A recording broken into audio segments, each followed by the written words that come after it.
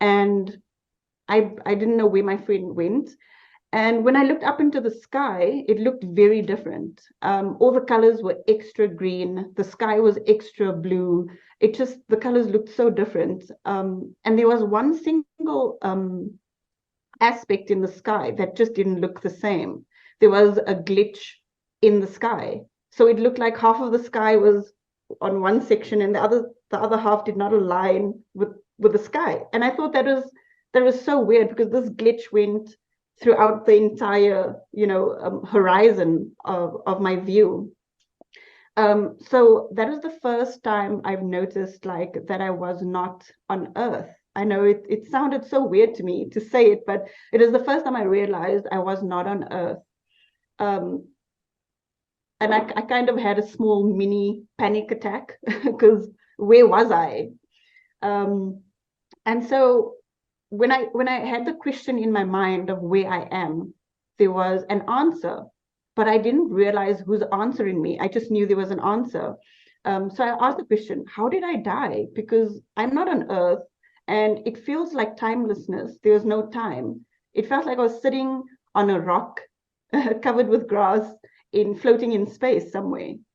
So that was the first time I realized that I wasn't on Earth, and the inner voice, or the telepathic voice, said to me, it's your heart. That's how you died. And then I said, oh my gosh, yes, of course it's my heart. Like, I was diagnosed at 28 with hypertension. So of course it could be my heart. And that's when the fear set in, because I still had a body. I had a physical body. And I said to myself, just breathe. You'll be fine. And I started thinking about my daughter and all my family that I had left behind. So after all of this happened, and I kind of accepted my death, I felt a pulling. I felt like I was now leaving my physical body and I was now going somewhere else. And I was very scared. So I don't know if you've ever been in a hospital setting where you go for surgery and you're under anesthetic, and it feels like the doctor's putting you under anesthetic, and you feel like you're just closing your eyes and you can't help it. So that pulling was like a gentle pull, and I knew that I was going to leave my body forever. And then I just accepted it. So where I went to, when I woke up, I was lying on a hospital bed. This was in the future, because I looked a little bit older, and I was lying in the hospital bed and I was in a coma. So this is the scenario. My family and friends were around me. And again, the telepathic voice said to me, you need to say goodbye to your family now. And that's what I did. I had no fear. I wasn't upset. I wasn't sad. I was just sad that my family was sad. That's why, yeah, I was just sad that, they were now saying goodbye to me. In the hospital, I got out of my body that was in a coma, and I said goodbye to everyone. And the difficult part was saying goodbye to my daughter. At this point, she was about 13 years old, so I knew I was in the future.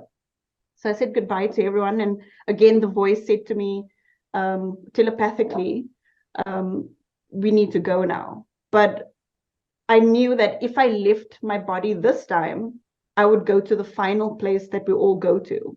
So I knew this is the final goodbye. And again, I started feeling another gentle pull, but this time it felt a little bit stronger, but not painful, just a small, like you're slipping away somewhere.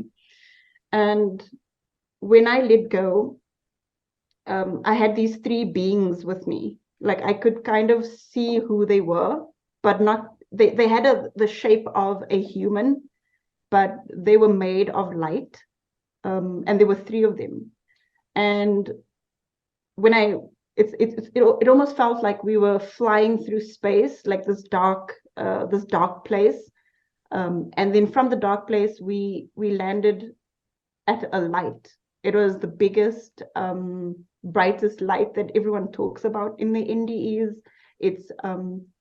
But what is fascinating about the light, I always thought that the light was outside of me. Like, when you get to the light, you could see that there was, this big bright light.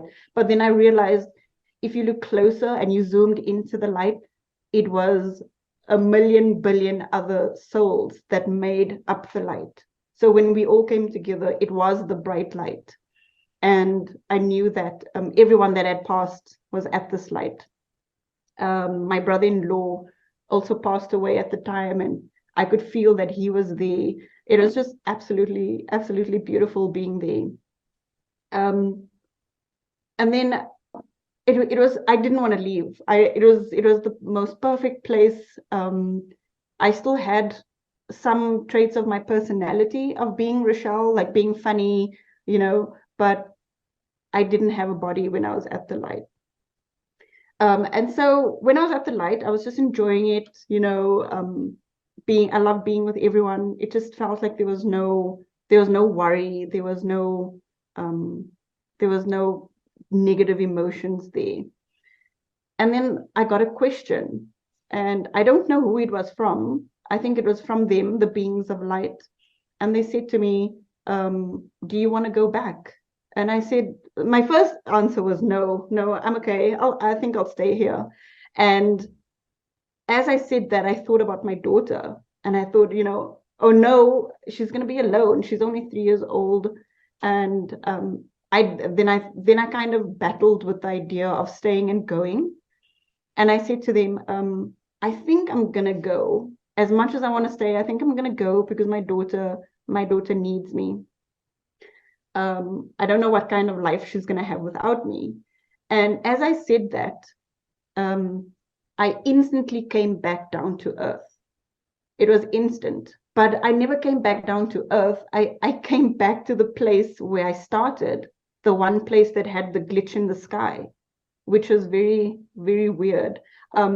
So I never came back down into earth. I came into the dimension just before earth.